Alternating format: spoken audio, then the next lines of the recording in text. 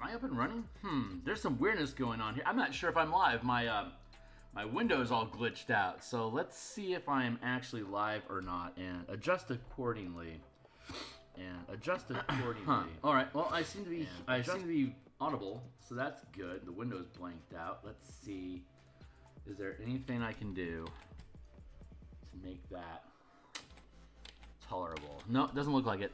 All right, so let's see. What do I need to do? I need to pop out. Top chat. How do I... Live chat. And there should be a pop-out function. There it is, pop-out chat. I will just adapt accordingly here. OBS is being a little glitchy today, apparently. So, cheers to that, I guess.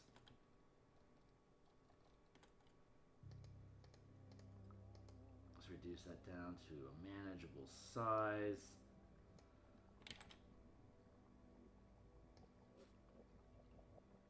There, let's see where we're at on our screens. Sorry for the convenience. Let's see.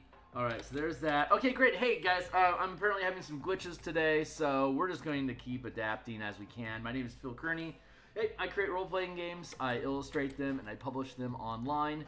I've been focusing my attention on Dungeons & Dragons 5th edition since the release of Guildmaster's Guide to Ravnica in 5th edition, which was, I think, around 2017.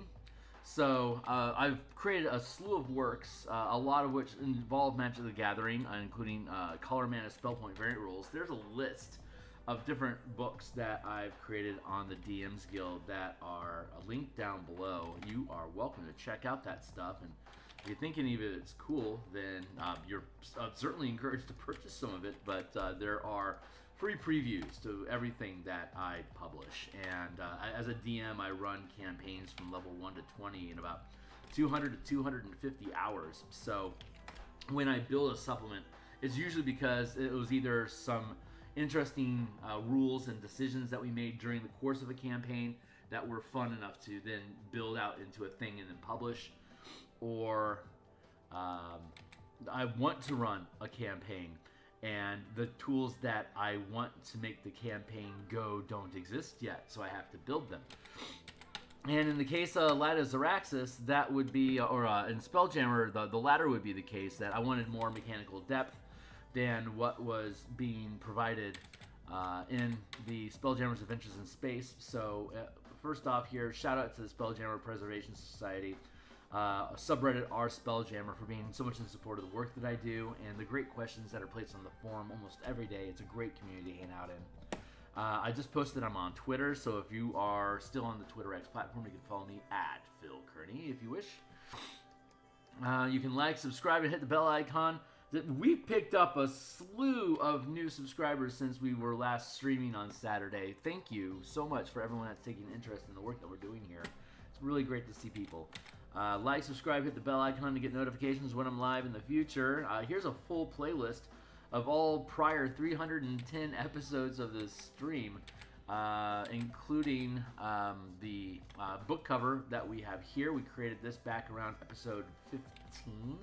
So you can jump into the playlist here, into the Wayback Machine, to check out the creation. But right now, we are working on the third act. So like I said, if we build something, it's probably because it was either part of a game I ran, or I want to use mechanics that we create in a game. And in this instance, the Spelljammer Combat and Exploration supplement here is a deep dive into combat and mechanical and exploration mechanics to make flying ships and engaging in combat and exploration through wild space and astral sea feel more like as though like you're a character riding a horse in D&D and just normal 5foot scale combat, except that we scale it up to 50-foot and 500-foot scale for attacking each other on ships, and the whatchamashluger word I'm looking for is an exploration, more like the combat, spell casting, and exploration chapters of the player's handbook in the DMG. Basically, these 80 some odd pages we took to translate those mechanics that are in the core rulebooks to apply to ships and creatures that are 50 or 500 foot in scale in size or larger. And then the last 20 some odd pages is a conversion guide to Light of Xaryxis. And currently, major spoiler alerts ahead, but right now we are working on trussing up Act 3, which is Chaos and Doomspace. On Saturday, we had installed this the system map of Doomspace, and we've simplified it down to just the relevant areas with our with all the moons scattered around. Each of these squares are 100 million miles in scale. And here is our key, and you can see here it's 10 days from number 3. Number 3 is Arun, where the adventure in Doomspace begins. It takes 10 days to get to the wild, to the edge of the system, to the wilds, into the Astral Sea. And see here, number 7 is Vokath, which is the other location where you're prioritizing in Act 3 for Doomspace. And once you've gotten there, then you'll reconvene at the edge of Wild Space, which doesn't specifically require its own map. But we'll provide a full system map for you in the zip file that comes along with this. There's there's about maybe 80 creature tokens, like 25, 30 ship tokens, 8 maps, and a bunch of like siege weapon tokens as well for you to make use of. Oh yeah, and like maybe 20 creature tokens as well. So there's a ton of stuff in here. Right now, we specifically, let's see, we figured out, but you can see all these blank pages here, blank spaces in the document, right? We create playtesting rules, we play them. If they go well, we then draft them up into formal rules like this. We break down each idea into separate pages. We then do the layouts so that there's all these blank spaces that show up in the document that we can then fill with images, maps, tokens, etc., stuff that we built. This is one such example, and we're going to we built out the system, the Vokath base and stuff. Hold on. So after we have these holes in the document, we then go back here into the Photoshop document where all these holes exist. See, like this, and then we pick up that, and then we bring it into and we import it into the picture. When all of them are done, we can seal up the document as a PDF, publish it on DMsGuild.com, and provide you a link to go check out the free preview and to make a purchase if you think this stuff is cool. So let's see. We are still working on the 4th act, but so right now we're going to center our attention on the 3rd act. Right here specifically, we're looking at the team assembling the fleet. So we've got fleet stuff to deal with today. So here's that page, right? The reason it looks grayed out is because it's it's a background image used as a watermark. But when we publish this as a PDF, here I'll show you the process here real quick for people that are new. Export here to pages, PDF. Let's go to interior pages, locks. We're on page 101 right now, so we can go to options. We can click this current page, just the document without notations or any property tags. Page 101. Publish, replace. This will pop open a one-page PDF.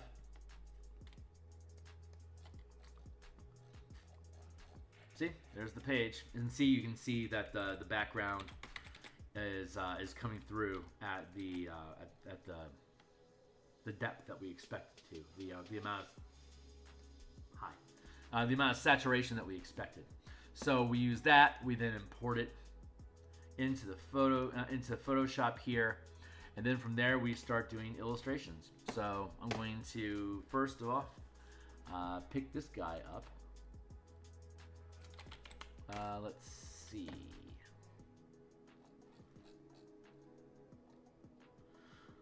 Yeah. So how do I want to build this out? I want to make a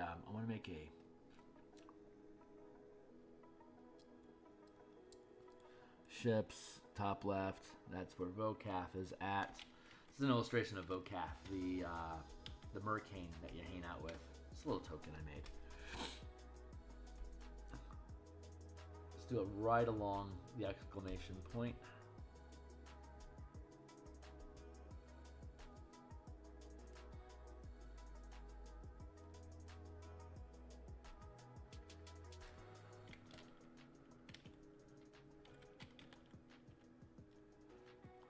And we're going to just line it up right here along the edge of the exclamation point, because that makes it easy for us to calibrate where this illustration should be. So we're going to take this here and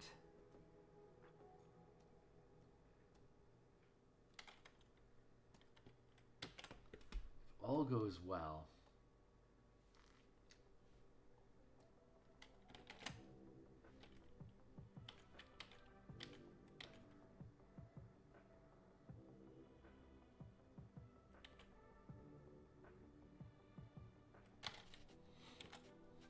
I feel like that went well.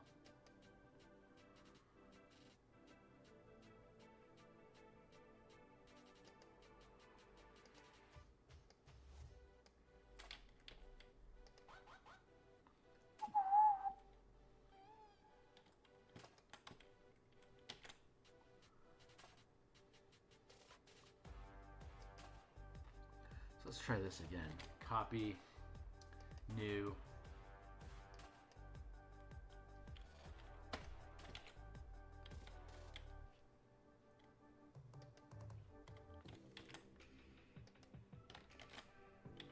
Why aren't you pacing straight? There's that.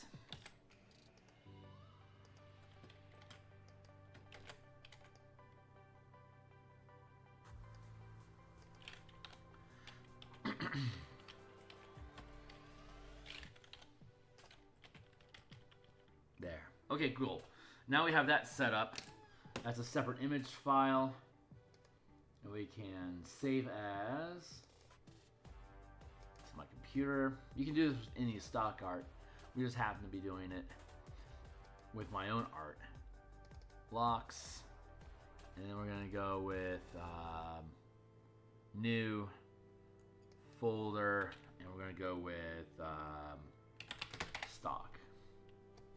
And we're going to go here. So we're going to drop all of the finished images into here. We're going to go with 101, top left, vocab, token. And we're going to make this a PNG.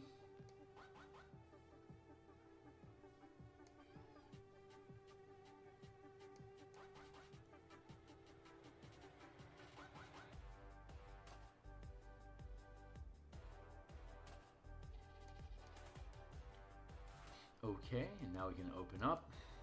We have a PNG right here.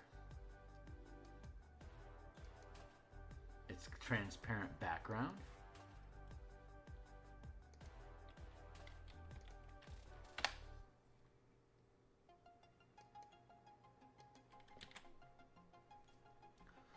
So now we can open that back up again because I need to look at that.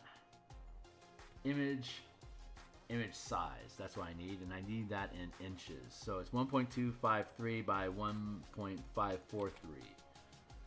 So let's go here to insert, shape, square, here, size, 2.543 by 2.152. Is that right? 1.253.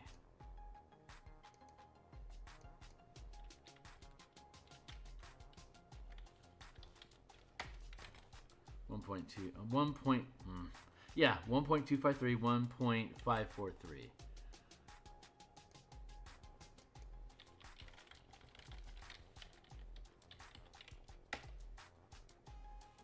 There, now it's the right size. We can zoom in.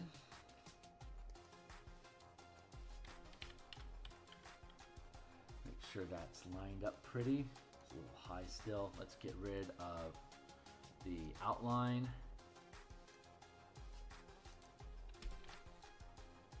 And now we can right click, fill, picture, file, locks, stock, vocath.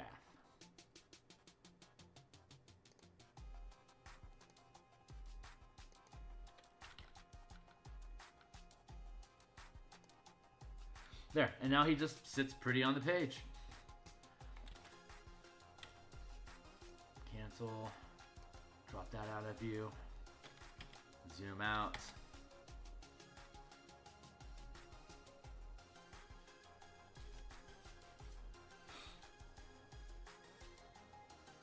see.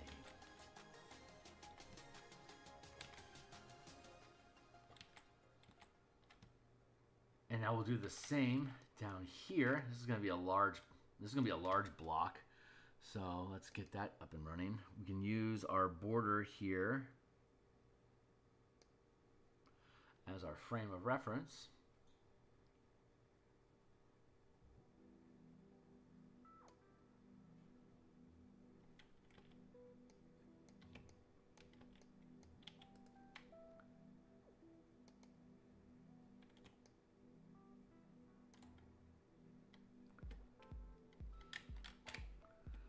Lined up, and then we'll float over to this other side here.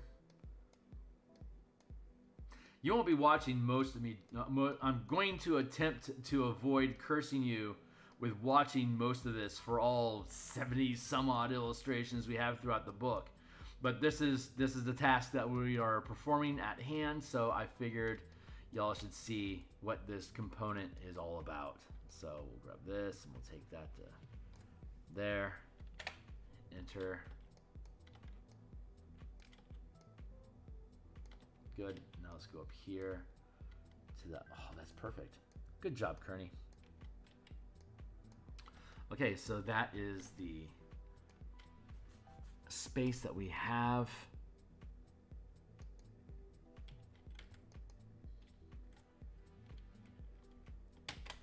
Let's create that space there.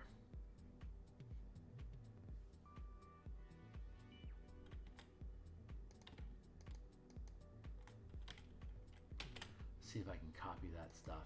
File, new.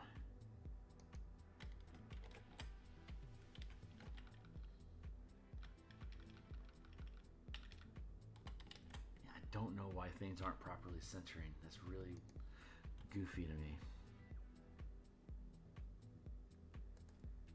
That's okay, we can duplicate these layers and we can bring them over to Untitled 1. Burp. They now exist here in Untitled 1 space.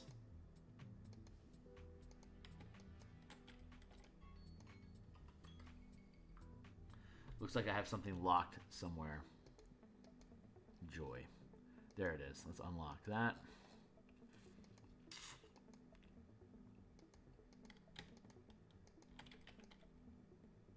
We'll line this up here like this.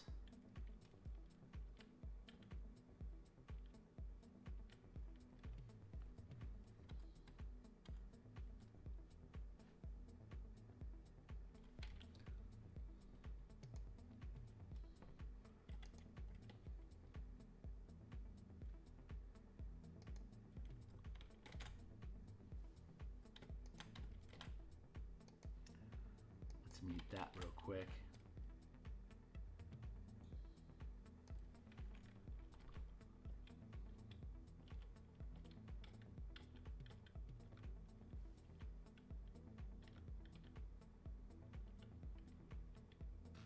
Interesting.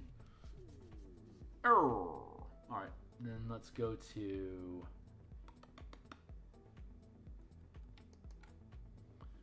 image. Crop. Perfect. That and that and that. Everybody's sitting here pretty.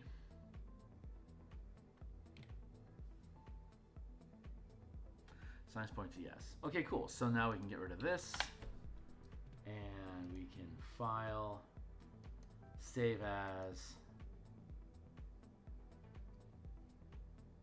We're in locks, stock, and then we'll go to PNG. That equals 101 bottom fleet maps. There you go.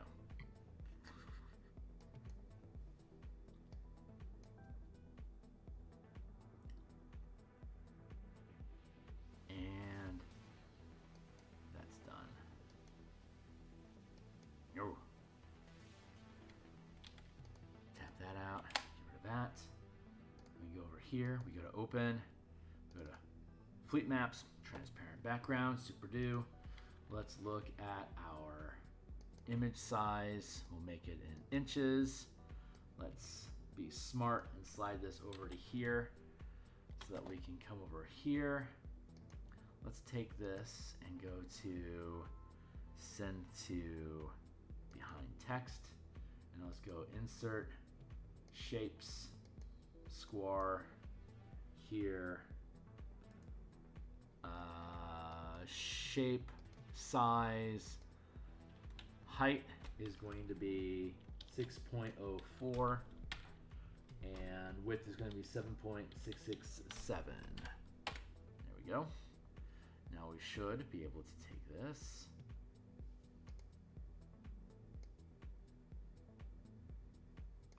drop it into position, get rid of the outline so we can zoom in proper.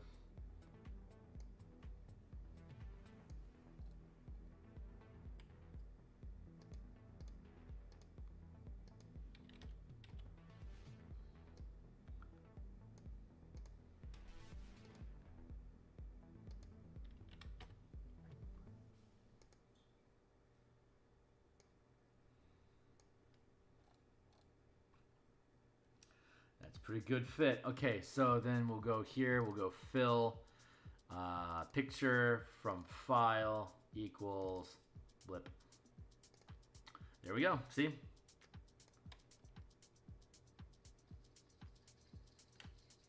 Sits fairly perfectly on the page. So then we'll go to here, we'll go to send to behind text. And now we can make insert shapes, another shape. We might not need to have another shape. We might be able to just get away with text here.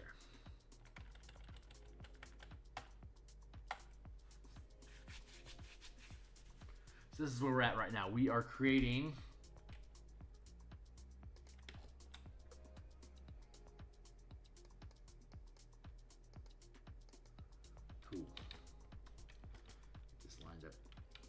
here, and then we're gonna do faction stuff. So let's do faction things. We'll go here. We can cancel this and close out here.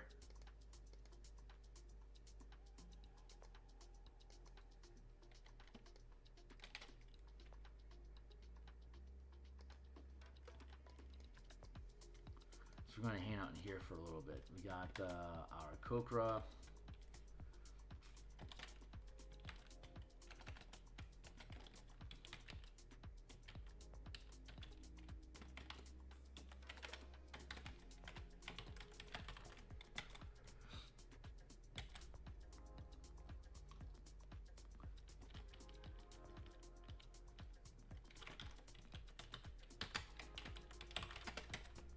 Faction. What font are we using here? Yeah, no. X. I think so. Do not need a new comment.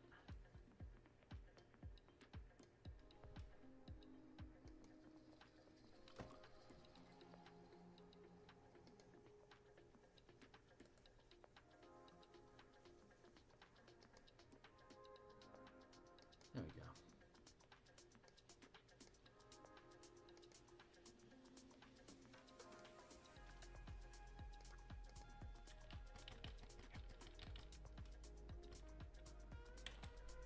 Faction.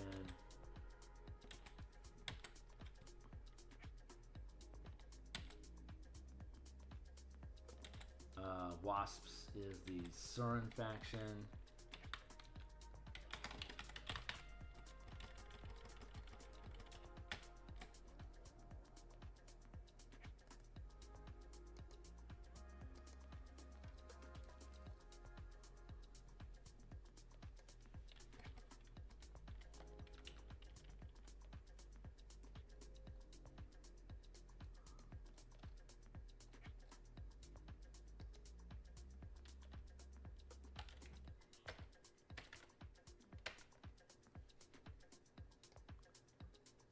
This is the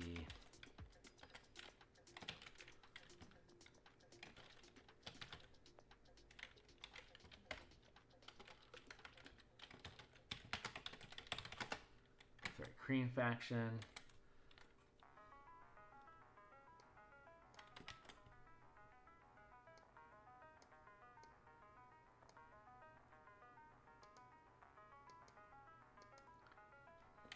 Is that how we do that? Is hyphenating that correct? Let's go to D&D Beyond. I think I'm supposed to hyphenate that. Let's go to sources, Spelljammer. Table of contents should tell us. Yep, it's hyphenated. And ooh, but it's not double capped. Interesting.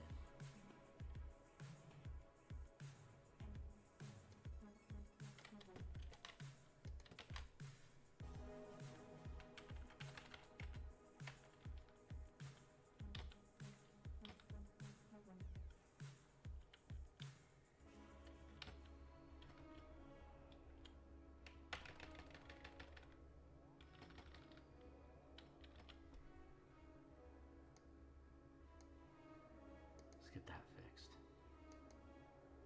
Auto.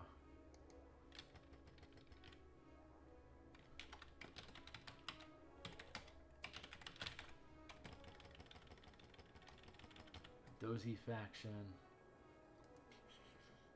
Wait.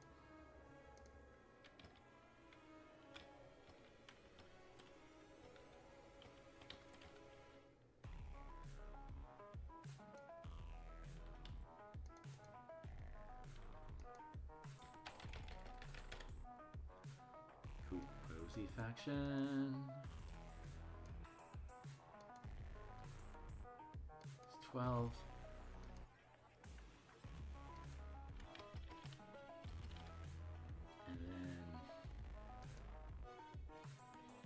Go with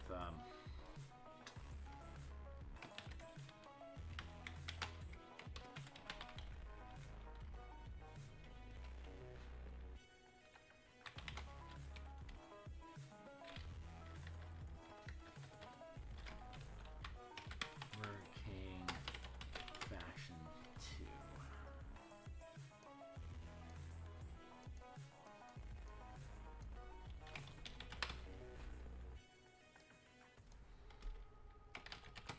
Maybe that's the way we're supposed to do it. Mercane ships instead of factions. That makes sense. Let's do that.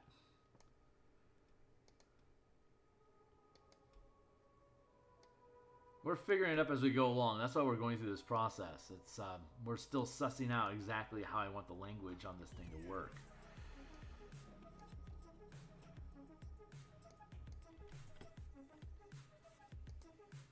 So this is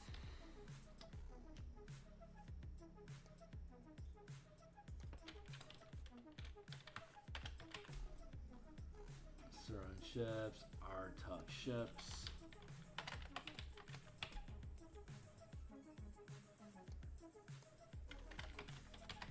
Ships, ships, ships.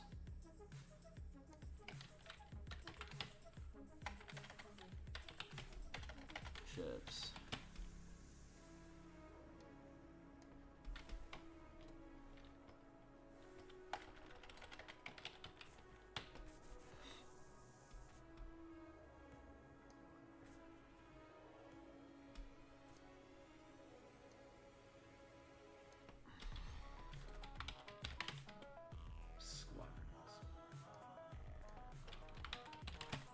I think that's probably the most accurate way of putting this.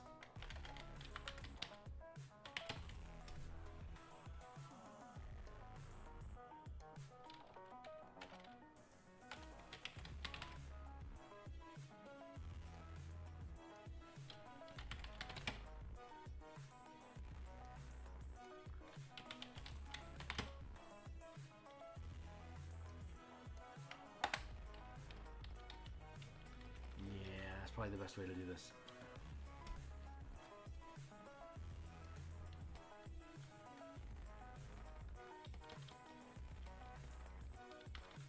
Looks like that's working okay.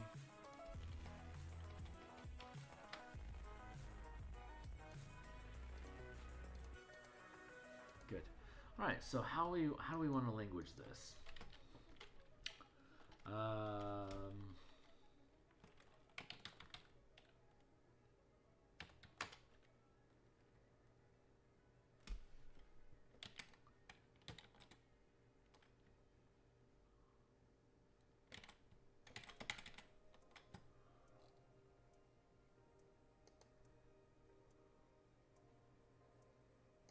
Ship grid.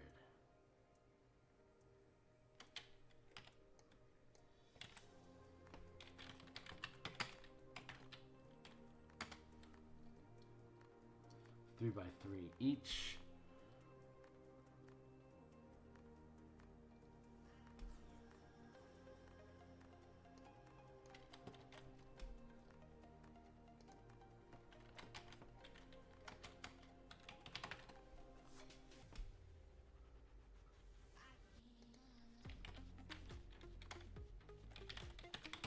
Three squadrons.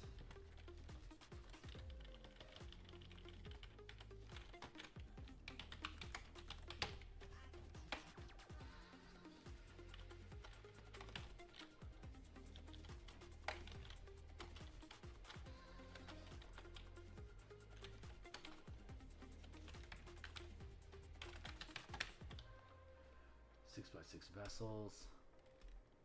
So as we go through this, if we end up pushing the text into the image, that means we just go into Photoshop and just nudge the image so that it's in the proper position. If it's too close as is, then we can just move it. Easy enough, right? Easy enough. Let's see. Strike ships, 3 by 3 each. 2 ships.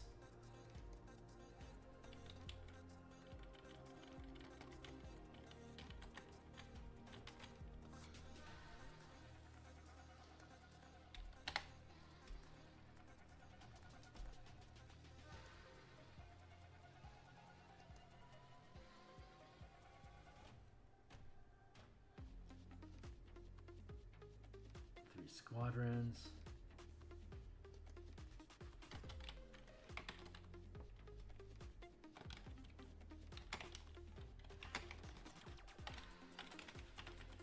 So then we'll need to put in little lettering things: A, 1, 2, and 3. 2 ships each.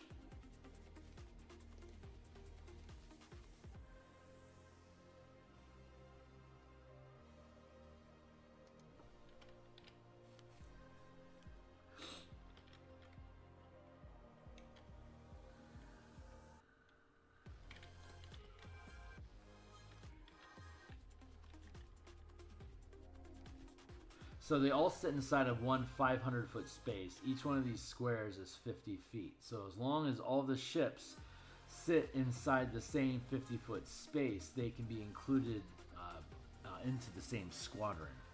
So you've got 1, 2, 3.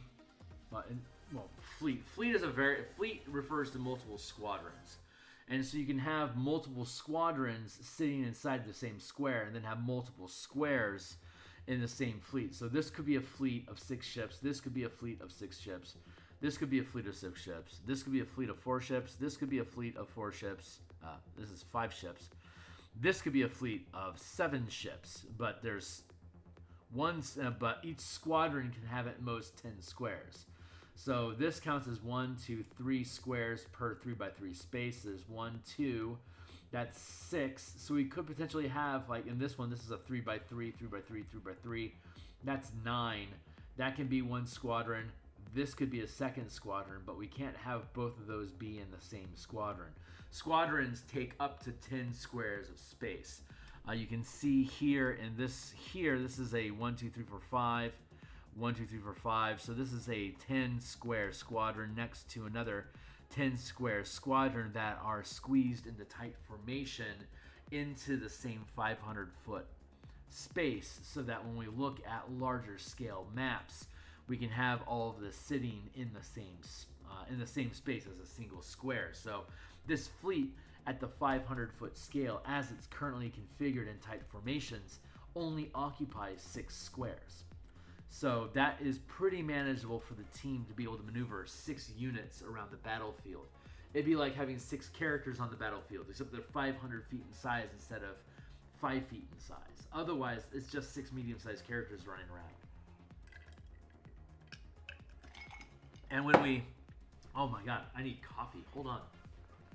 And so when they confront the Xaryxian fleet in front of the Citadel of Light on squares of 500 foot, on a 500-foot square grid, each of the star maws, we can fit 4 star maws per 500-foot space as well. So we can put 2 Xaryxian squadrons per 500-foot square. So if I had like 8 squares worth of Xaryxian star maws, that would effectively be 8 times 4 equals 32. There'd be 32 star maws in the Xaryxian fleet.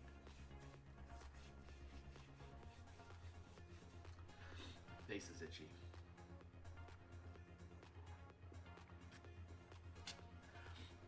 So right now we're providing the basic stats to make this thing go. 2 ships each. Let's see.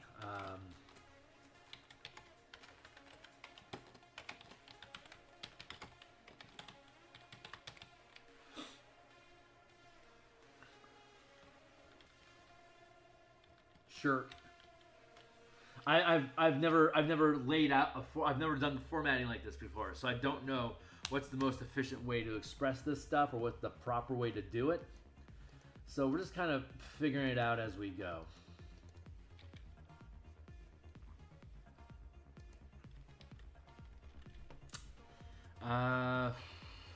Looks like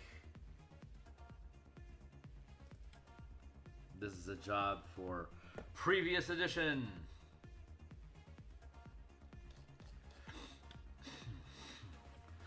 Here's an earlier version of the same document.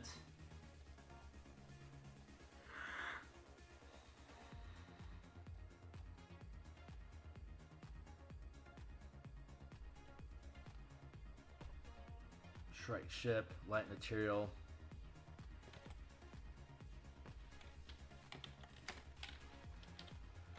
AC is material base plus rank of crew. The base armor class.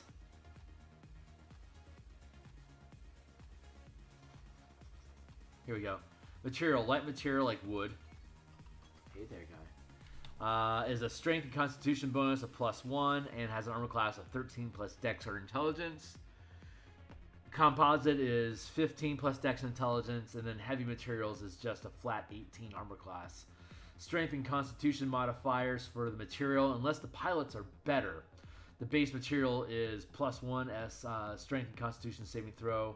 Composite materials like a mix of metal and wood, or like a bone, chitin. Those count as composite. Light is like wood, crystal, ceramic, paper.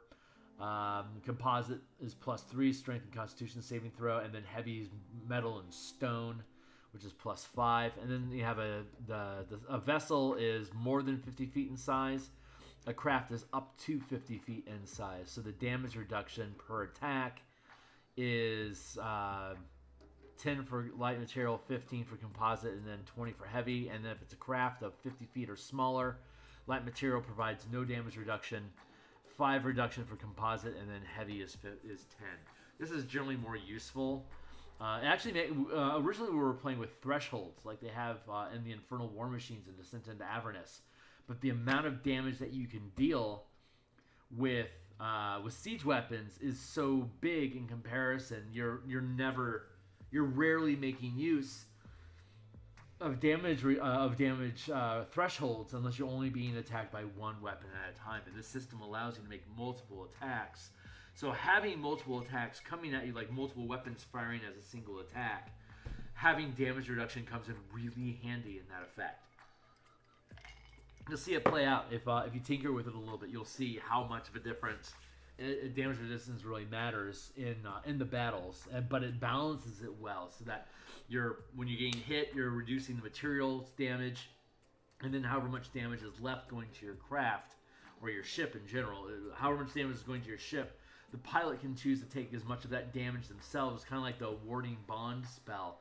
You can take damage for the ship yourself, and then however much damage you aren't willing to take personally, the ship itself will take. So the ship acts as like a hit point shell, and the character acts as a hit point shell for the ship. So the two hit point pools commingle, and it's up to you how much damage the ship is actually going to take. And while you're piloting, your co-pilot or your crew members can hit you with a heal spell. So you have to use repair spells for your ships, which takes potentially hours to do unless you have a really high level spell slot to throw at your vessel. Just repairs take hours.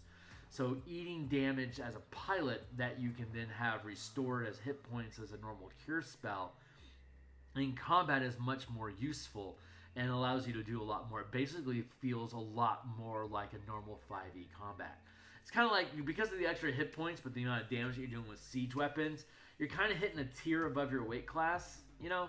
Like a first level characters on a ship could be taking damage as though they were like basically fighting an ogre. Like you could be getting swatted for 15, 20 points of damage per pop, but you only have to personally you could take 0 if you want, but your ship's going to get shredded in the process. But you can take like 5, 10 hit point chunks at a time and double your ship's life expectancy while your team is just spending spell slots on healing you like normal. The damage reduction makes enough of a difference that it bridges the gap between your ship getting wrecked and you getting properly healed. It actually works out pretty well. So, okay, so we're looking at AC is 15.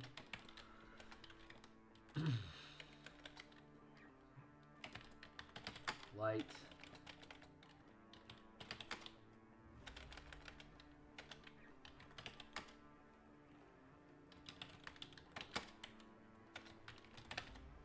Material, wood. I might have to scoot this over a touch. AC is 15. HP per ship. A Shrike is 260.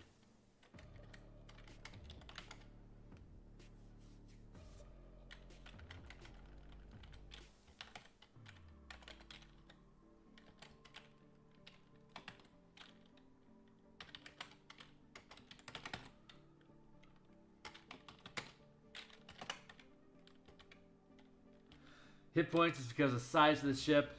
It's 10 hit points per 5 feet. So 130 divided by 5 is I'm mathing real bad right now. 130 divided by 5 equals 26 times 10, 260. There you go.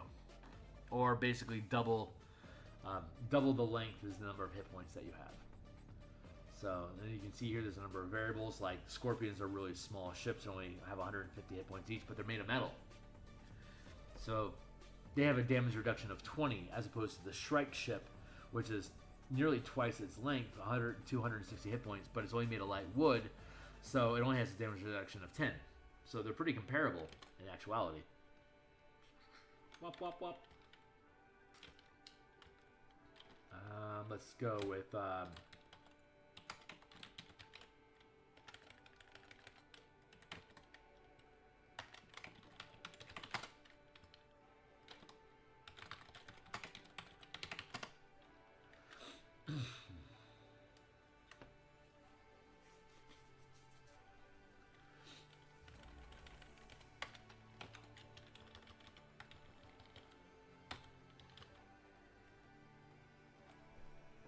pushing down to the next space already.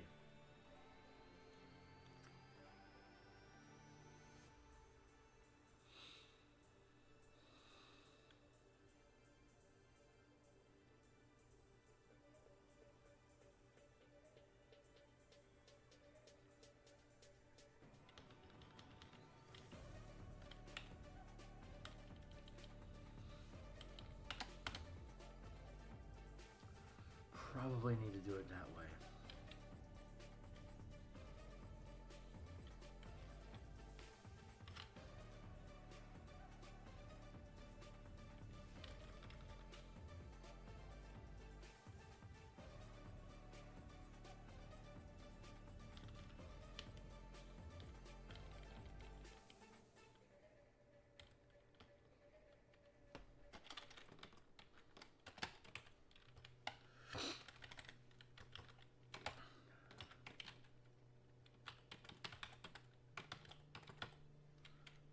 get away with that?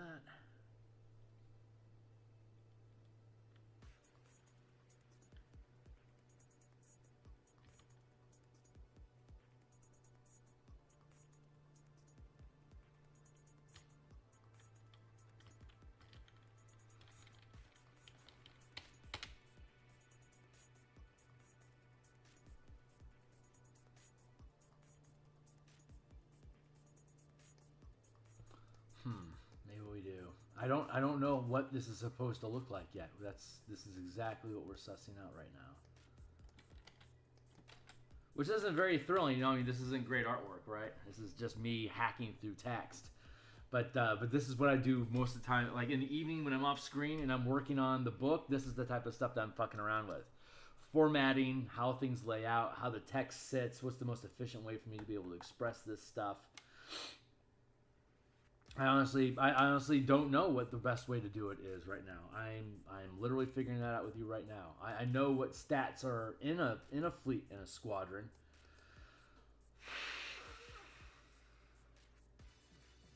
But I don't know how much I have to spell out each squadron for you. The intent isn't for you to break these things up into individual squadrons and attack as such. The intent is to maintain fleet formation and attack the Xaryxian fleet on fleet. And then if you need to break down to an individual squadron or ship, that'd be yours.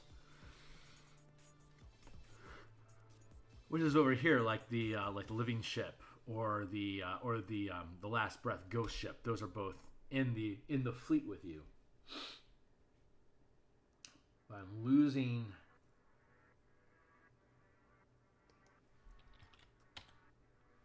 I can be here.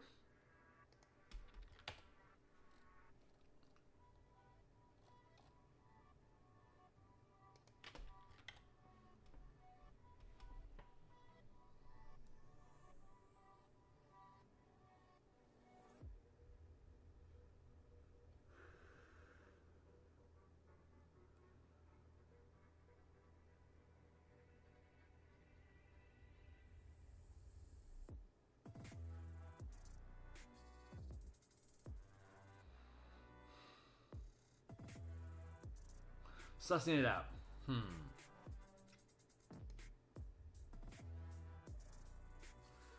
see. 1, 2, 3,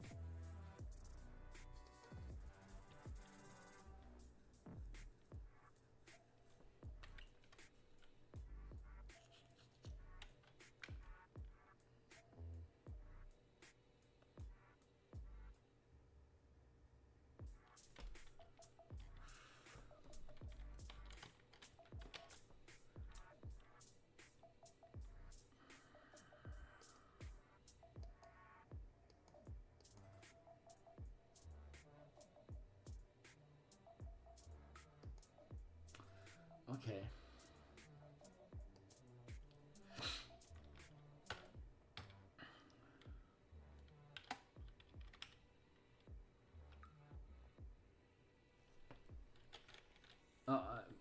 Okay, this might be the right way to do this.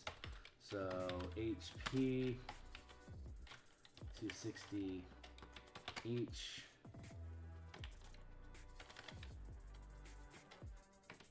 DR10.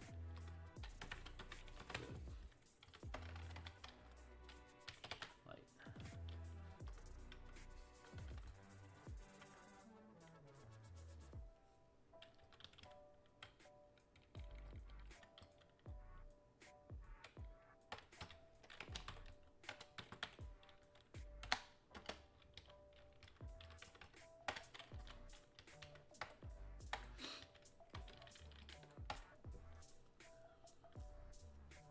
We can do that. Maybe we can do that. Fleet AC, Siege, Mounted.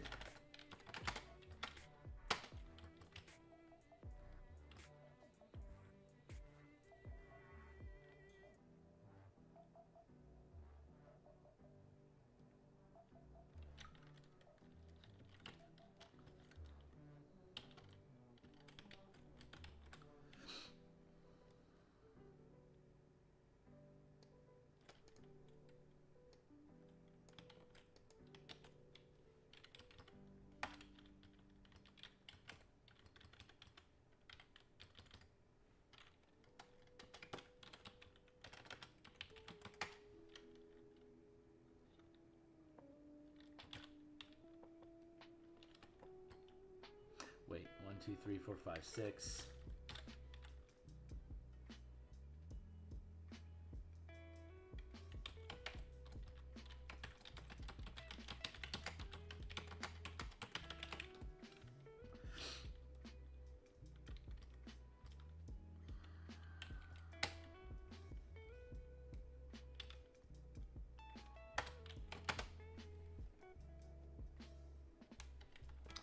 How does that work? Hold on real quick.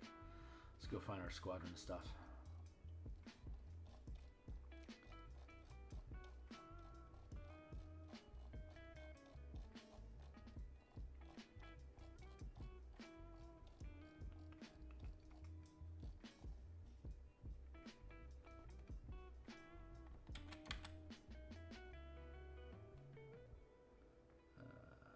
One, two, three. 2 ships.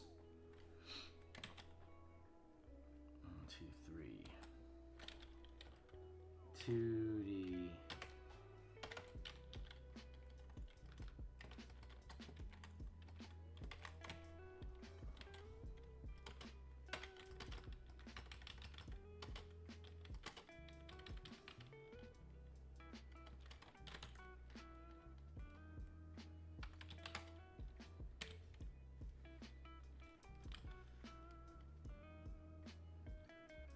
I need to push all these over like a square or 2.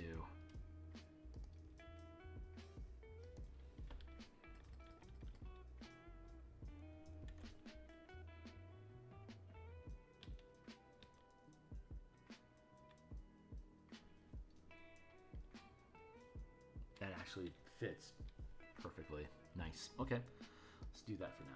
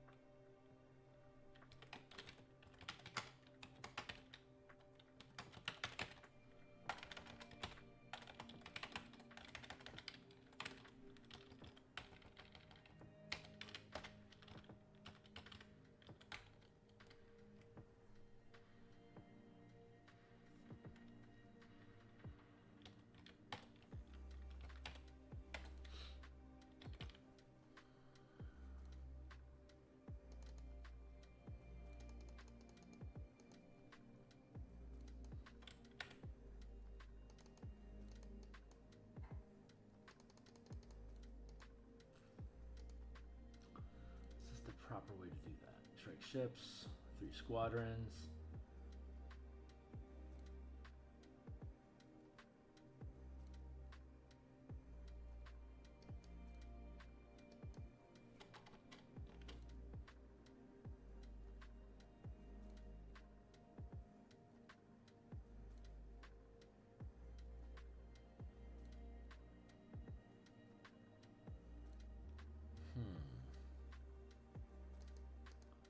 That is like the minimum needed.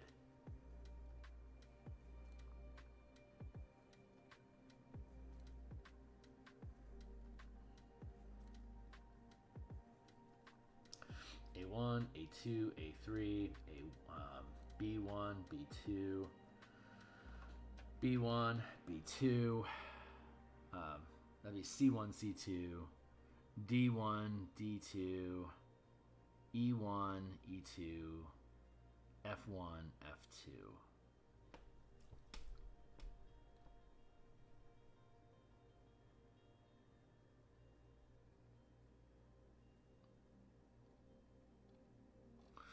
The Fleet 1, Fleet 2, Fleet 3, Fleet 4, Fleet 5, and Fleet 6.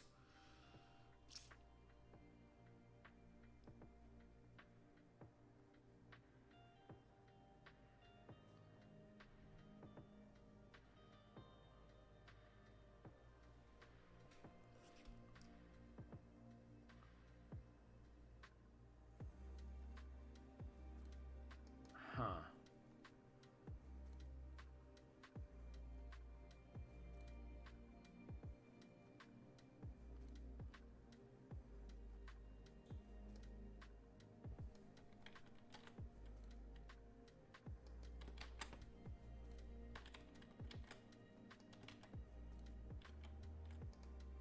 maybe I do it.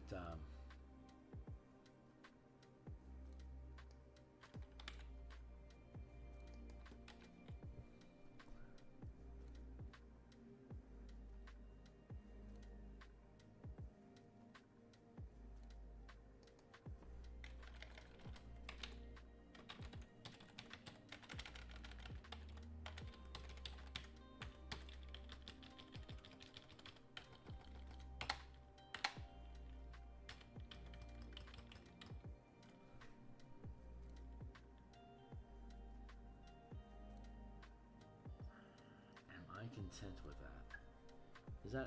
Is that enough? Am I gonna have the space to do all the shits that I need?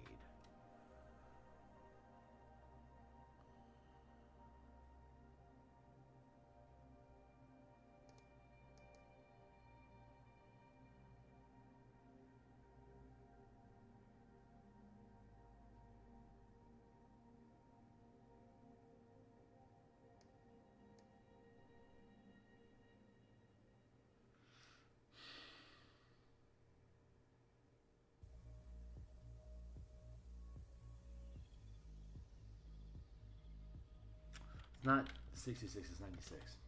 1, 2, 3, right.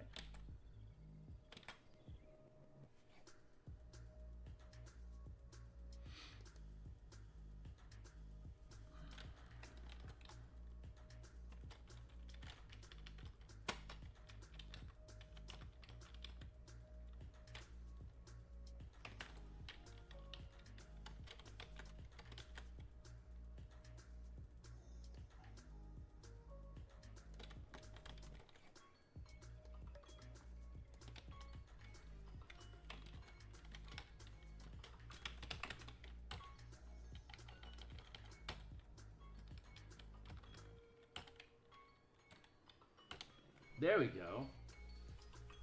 I think that's probably an efficient way of putting this.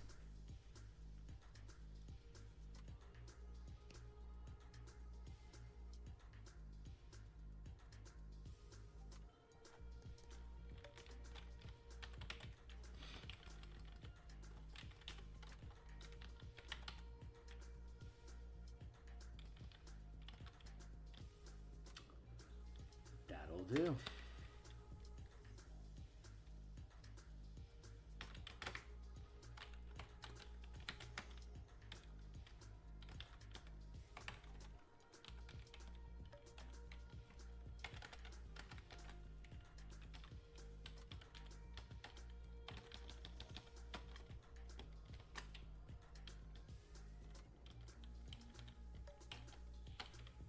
That's an efficient way of putting this.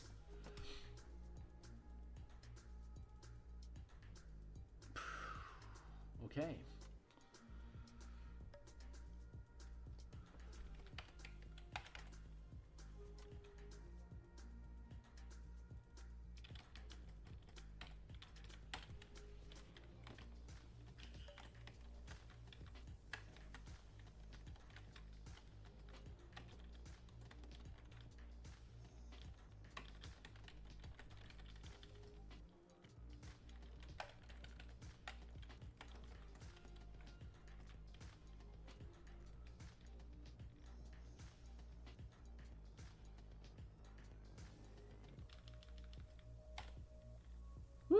All right. Looks like that fits inside the space. Holy crap. That fits inside the space. Okay, that fits, but then we're going to have a problem over here with the crane and the Hadozi.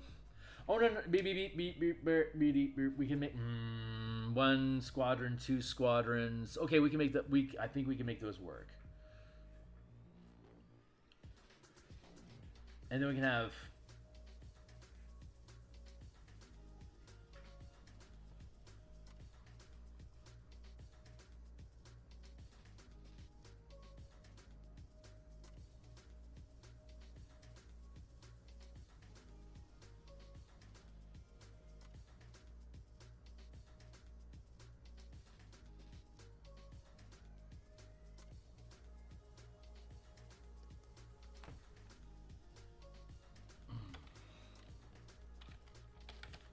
Ship. There we go. DR10. Because when you take damage to a... So if this 500-foot space, if these squadrons were attacked by another squadron, for instance, and that squadron did 700 damage, the commander of these squadrons would decide how much damage is distributed to each ship up to however many ships attacked. So you could take, if each ship has 260 damage and I just took 700, then we would take damage reduction for each of them. So it would be 700 damage coming in, and then however many ships I distribute that damage among, I would reduce each by 10. So 6 ships, 700 damage, let's say 100 each, and then we'll have a floating 200. Like one ship will take 200, and the rest will take 100 each, right? So that means that one ship will take 190, the rest of the ships will take 90 each. So this one would be reduced to, say, 70 damage. This one, and this one would be reduced to 270 damage.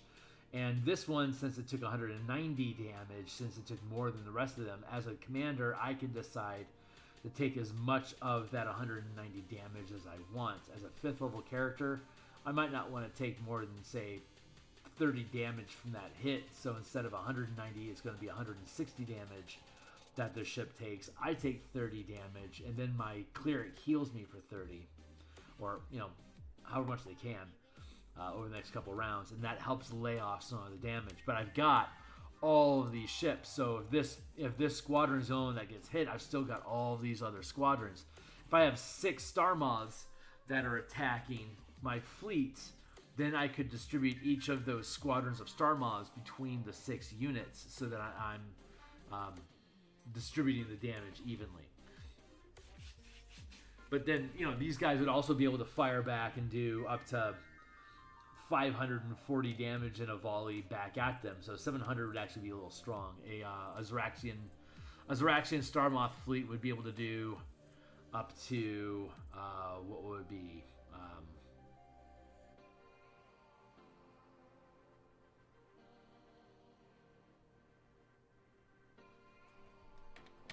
Checking.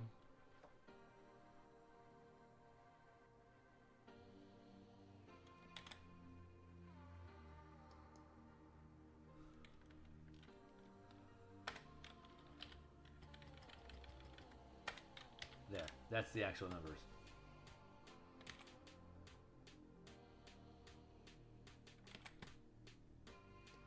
That's a lot of damage.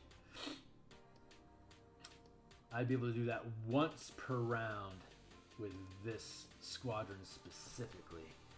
Let's see. How do I need to suss that out?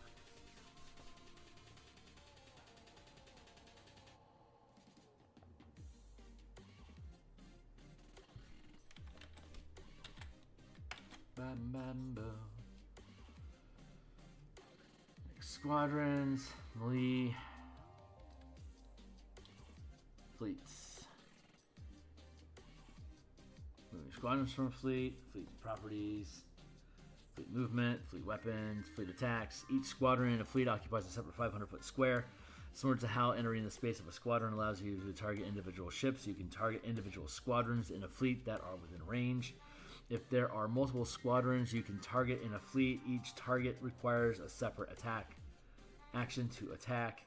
When a squadron is hit, the commander can choose how much damage each ship takes as detailed. When a squadron is hit,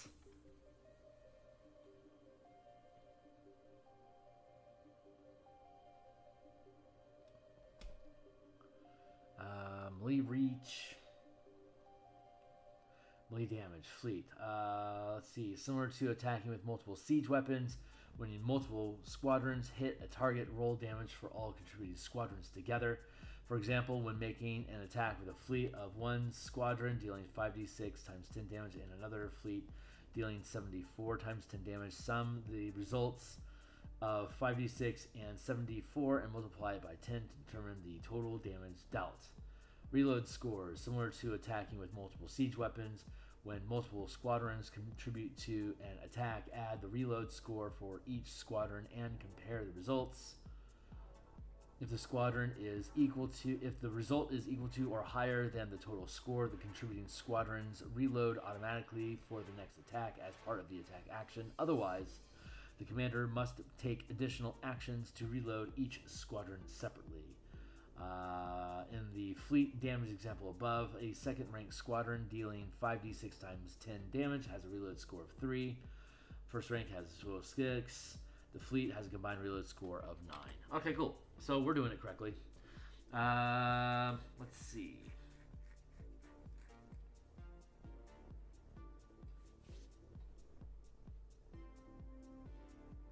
Yeah. Okay. Great. So that all susses out.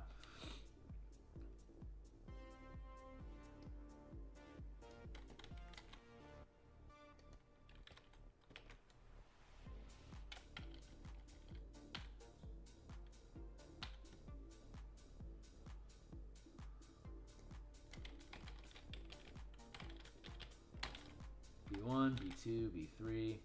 Also 3x3, but 3x3.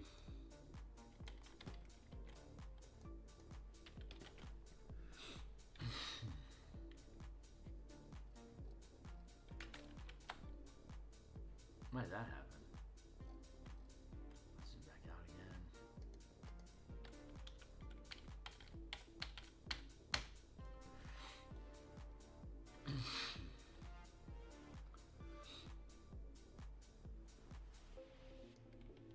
Two squadrons, 3 squadrons each, 9 by 9.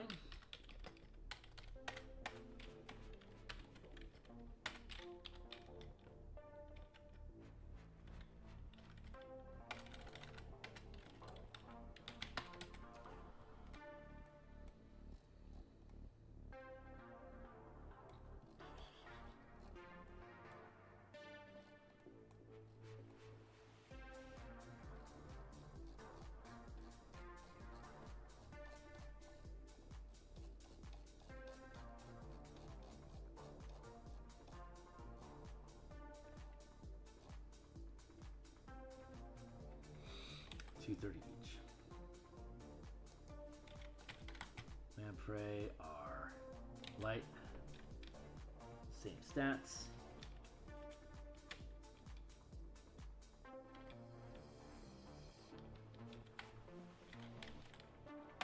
For this score, let's see, that is 1, 2, 3, 4, 5, 6, 7, 8, 9. That's a reload score of 14.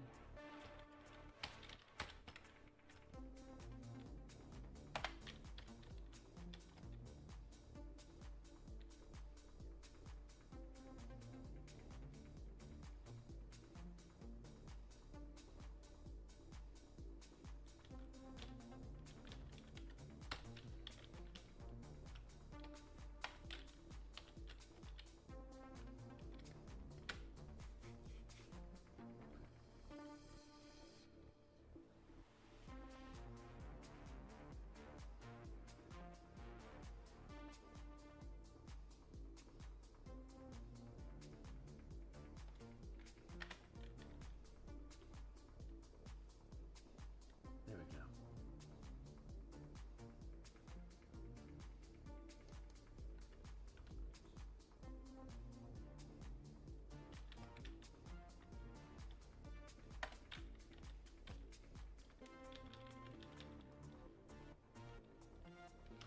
One, two, three, minus 2 is 1. There you go.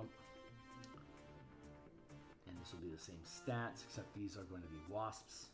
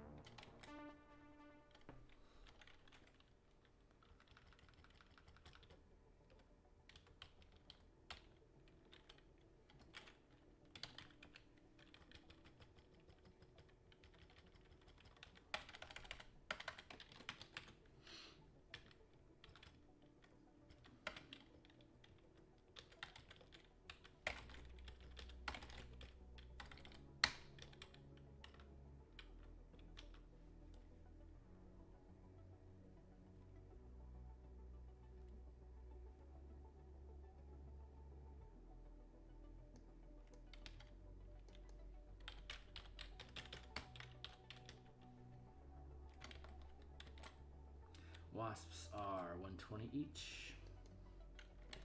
No. 240 each, thank you.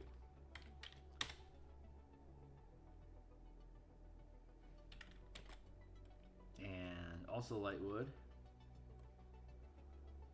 Lamprey. Shrike. Yeah, all Lightwoods. Okay. Okay.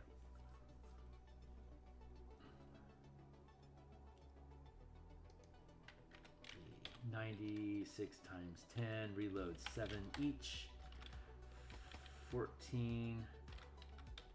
This is basically the same statistics as the Arctic Squadron of Lampreys, except the hit points are slightly different. There you go. That's the only real big difference there.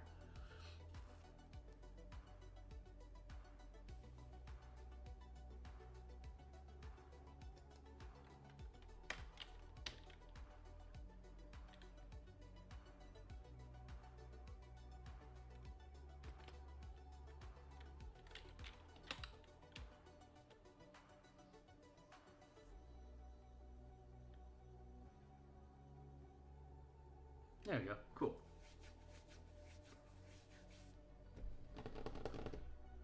$7.43. Holy Hannah. Time flies when we're having fun, sons.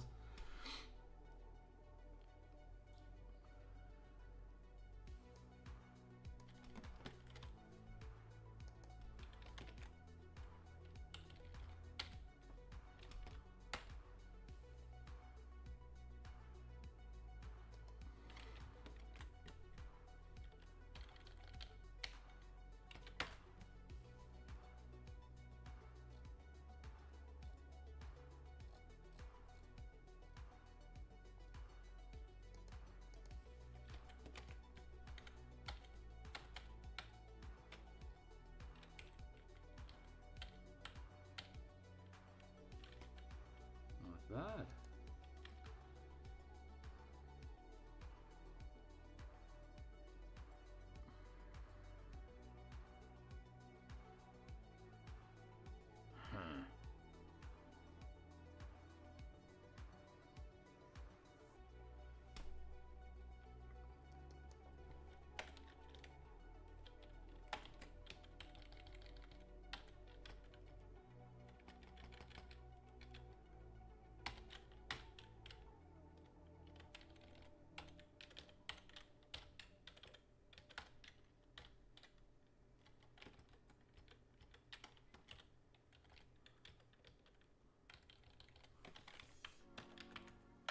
Scorpion ships 2 by 2 each.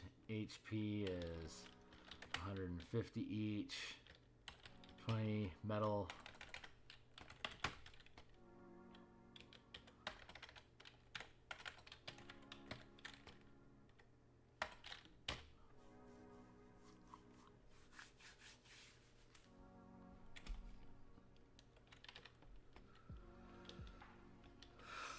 One, 2, 3, 4, 5, 6, 7, 8.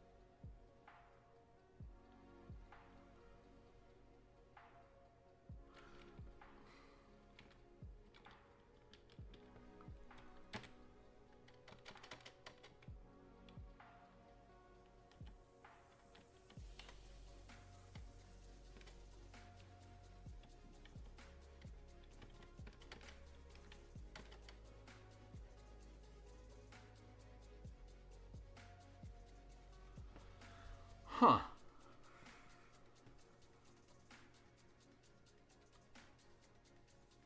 Just wondering if I can organize this differently to have both of them running parallel to each other, like Scorpion ships here and then Space Galleons here.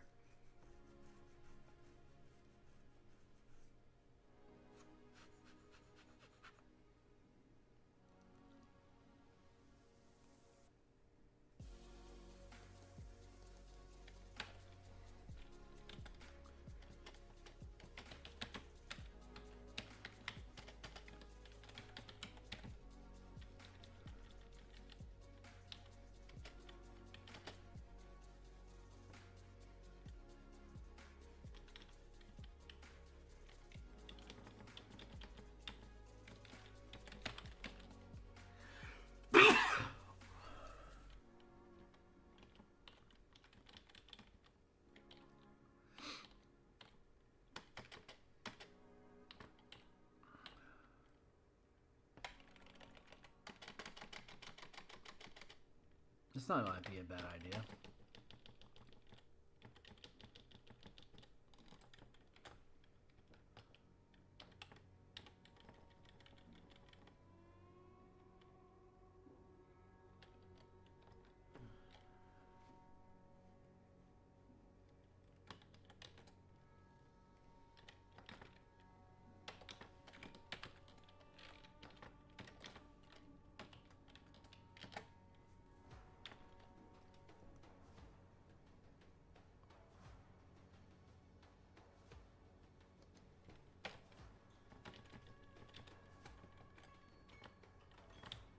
I hear you.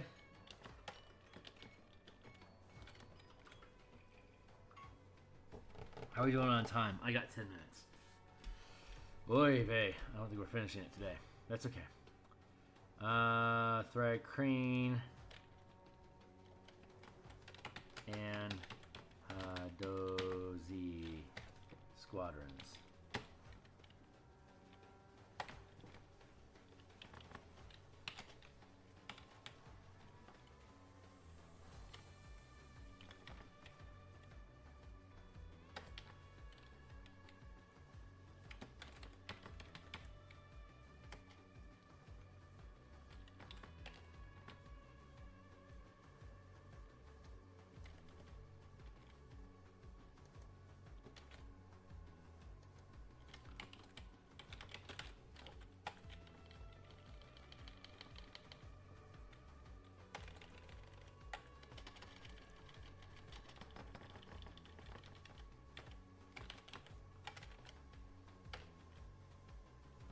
All right, let's give that a go.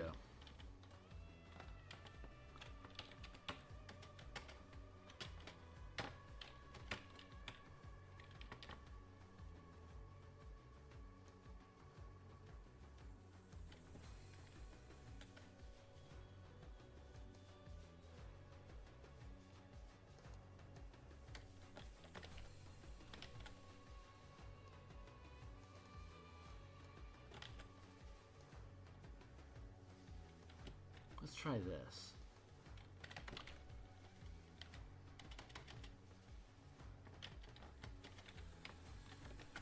Like that. 9 by 9. Hey Charles, how you doing? Like time skip dystopian, battle hardened Matthew. I'm what you get. I'm what you get when no one understands you. Arr. I'll take that. That sounds like a compliment. Let's see. We can get rid of that. We can stick with hit points here. We'll go with ships. That works. Hit points are 150 each, so I can just do like that. I'm almost done. Oh, I've got a day job I need to tend to. That's on the horizon, but I'm going to be back in about 150 each. And what's my Space Galleons are bigger. Space Galleons are 260 each. 260 each.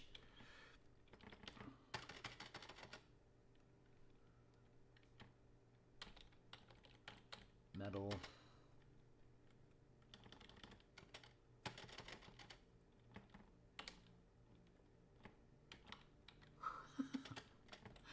That's so funny.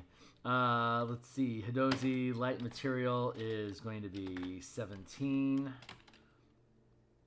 Wood. Space Galleon. Yeah, we're building squadrons for the. If you're new to the channel, I've been developing this. This combat and exploration supplement for Spelljammer. It's called Spelljammer Combat and Exploration. It's 107 pages. The last 25 pages are a conversion guide of Light of Xaryxis. The front end of the document is all of the different mechanics. It basically translates the combat, spellcasting, and exploration chapters from the Player's Handbook and the Dungeon Master's Guide of 5th edition D&D to be used at 5-foot scale like you're used to in normal D&D combat, 50-foot scale for fighter craft and vessels engaging in melee and close range combat. And then we get the 500-foot scale for what's beyond melee range for any of these ships. But siege weapons and range combat are still allowed. So the book is basically translating 5e mechanics into the 50 and 500-foot scale so that you can conduct things like fleet combat, squadron combat, and individual creature combat on parallel maps simultaneously. That's what the core of this book is about. So right now, this is like, if spoiler alerts for Light of Xaryxis throughout this thing, sorry. But this is basically how your fleet works. You've got these star moths that are forming a fleet to defend the Citadel of Light, and right now, I'm going to have to replace these icons, but I am literally building the fleet that's going to be attacking Xaryxis like right now. That's all the text I've been putting out on the page. So the mechanics that we have the ship statistics here, and then further down the document, we have mechanics for how you calculate damage and reloading for multiple ships firing at the same time. And there's some simple statistics like mathematics that goes into how big a ship is, like how many squares the ship occupies is the total amount of dice that you end up rolling. If they're siege weapons, they're multiplied by 10. And we're dealing with smaller anti-personnel mounted weapons like harpoon flingers, arcane cannons, then it's the number of ships that times 10 is the amount of damage. If we were to have, like, if we were to go down and look at these individual harpoon flingers, and like this ballista does d4 times 10 damage on its own. These harpoon flingers do 2d8 damage on their own, like straight from the Infernal War Machines and Descent into Avernus. That's where a lot of this stuff is being plucked from. So we have to suss out the amount of damage and reload for each squadron so that we can properly suss out when you're making fleet attacks against another fleet, how much dice you're going to be throwing. Otherwise, it works pretty much like D&D would, as you would expect it to. But it takes a lot of rules to be able to, like, you have to spell out a lot of like exceptions to rules. Like here's how squeezing changes because you're using a 400-foot long ship. You know, squeezing works differently at that scale. Here's how squeezing works. You know, here's how disengage actions work. Here's how charging works, or dash action works, or hiding works. Like all this stuff that you would have in 5e combat, it gets converted. So it's going to be on the DMsGuild when it's done, and we're like maybe by the 13th, probably before then, but maybe. And we have like all the creatures in Boo's Menagerie. We converted them to be 50-foot or larger in scale. And then we have example, and again throughout the adventure, throughout the back end of this, where we're working on the conversion guide, everything in Light of Xaryxis that, like, here's a system map, and then 100 you can travel 100 million miles per day in a ship. So here's the Light of Xaryxis Doomspace, the Doomspace system broken down into 100 million mile squares with the central black hole. And here's A, B, and C, the 3 planets that are in the system, and the 4th planet got destroyed already. So 1 through 9 are the scattered moons. So the way that it works is that it's 10 days to the edge of the sphere, so you travel 10 days. Erun at number 3 is where your adventure starts in Doomspace, and then you'll eventually go to number 7, which is Volcath. The adventure describes that as being 3 days away. You can travel 100 million miles per day. Ergo, Volcath is 3 squares away from Erun, so 1, 2, 3. There you go. But there's all these moons that you can fuck around with in the meantime. And then you go from Doomspace to the Astral Sea to the Xaryxis space, which is the next section that we're going to be doing down here once we actually get to it. Saviors of the Universe, Part 4. But I haven't done that part yet. So right now I'm just trying to suss out how can I squeeze all of this statistical information onto the page to make this thing work proper. And I think I can. Yes, I can. Yes, I can.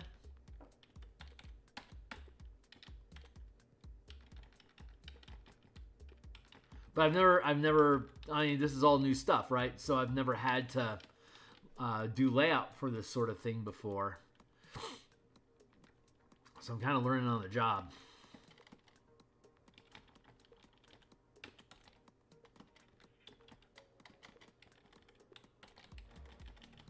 So I'll be done here in a minute.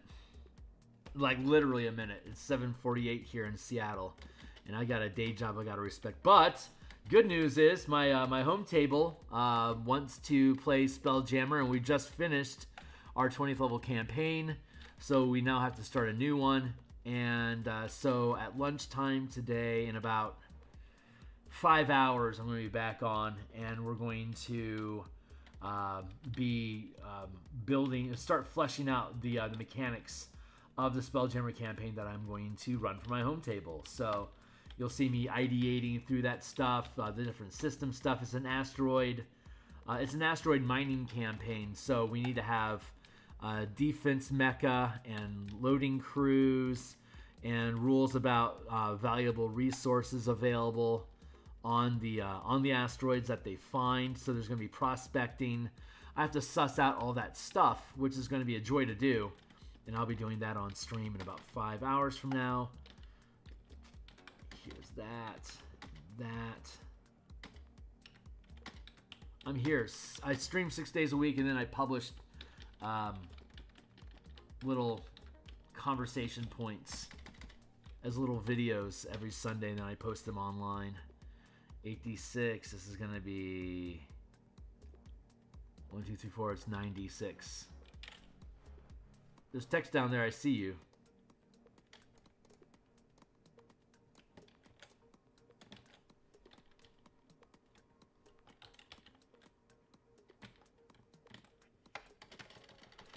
So there's, let's see, 1, 2, 3, 4, 5, 6, 7, 8, minus the rank of the crew, which is second rank crew, equals a reload score of 6 for the siege weapons. And then for mounted weapons, it's number of ships times 10. So it's the rank of the crew is 6. Second rank is, so first rank is D4, second rank is D6, D8, D10. Fifth rank crew is a D12. The mounted weapons do 1D crew times 10. Number of ships, so it's 1, 2, 3, 4 ships, so it's 1d4, 4d6 times 10, and the reload score is number of ships minus rank of crew, which is 1, 2, 3, 4 minus crew equals reload score of 2. My command die I use instead of my proficiency bonus, so instead of a 5th level character rolling a +3 on their hit, like dexterity is +2, and my proficiency bonus is +3, I'd have a +5 to hit. But no, we use a command die instead, which is a proficiency die. So instead of a +3 to your proficiency check, you roll a d6, which will be anywhere from a +1 to a +6, plus your dexterity, which is +2. But if the command die is also your reload score. So when I make my attack roll, I roll my d20 and the d6 together, add them, and then add my dexterity bonus. Like, say I got a 19, that's going to hit these guys' armor class, because I only need an armor class 18 to hit the scorpions. So that would mean that if I rolled on my reload die, if I rolled a 4 on that d6, if I rolled a 4, then I would not have successfully reloaded, because these 4 ships together here as a single squadron making an attack has a reload score of 6. So since I botched that roll, I didn't automatically reload my weapons. Now I have to use either my reaction or a second attack to order that squadron to reload their weapons. If I had rolled a 6 on my d6, then they would have attacked and automatically reloaded, and I could use my second attack as a 5th level fighter to make a second volley with that squadron. But if I screwed up my attack and I didn't roll high enough on my reload die, then I have to spend an action having the ships reset their weapons to fire again. I could have a side character with me, like someone else on my team, using their reaction or attacks to issue reload scores while I'm making an attack rolls, or any combination. I've had a couple of videos about this stuff. But, hey, right on, man. Glad to have you. Very, very proud to have you. We're here 6 days a week, and then I do a published video on Sunday, and shit, I am over time by 3 minutes. I have to go. We're going to keep fighting our way through this. If I find an answer to this tonight, I'll come back on stream and show everybody tomorrow morning, and then we'll just keep pushing through the document. So we're currently laying in different images into the document and hyperlinking stuff and laying things out. So we're in the death spiral of production, of just taking all the assets that we've built over the past 300 episodes and dropping them into the document so that we can have a sealed PDF to publish for folks. So, but that's all I have time for right now. I got to figure out this space here. I'm having spatial issues. So we'll figure it out. So I will see everybody on the other side. I'll be back on in about 5 hours to start playing around with the campaign as a DM. So hope to see some of y'all there. See you on the other side. Thanks a lot.